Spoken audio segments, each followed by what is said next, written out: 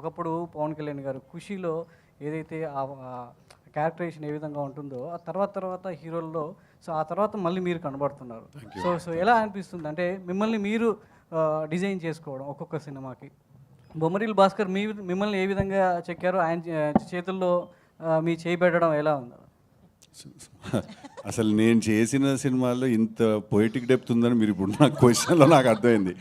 మీరు ఎలా ఆయన ఎలా చెక్కారు, మీరు మీ చేతిని ఆయన చేతిలో ఎలా పెట్టారు? అసలు ఈ క్వశ్చన్కి ఆన్సర్ అవసరం లేదు, అంత బ్యూటిఫుల్ క్వశ్చన్ ఇది. ఫస్ట్లీ హ్యూజ్ కాంప్లిమెంట్ అండి కళ్యాణ్ గారితో కంపేర్ చేయడం. బికాజ్ ఐ థింక్ ఒక ఫ్రీ స్టైల్ సినిమాలోకి ఒక క్యారెక్టరైజేషన్స్లో తీసుకొచ్చిందంటే అది కళ్యాణ్ గారే.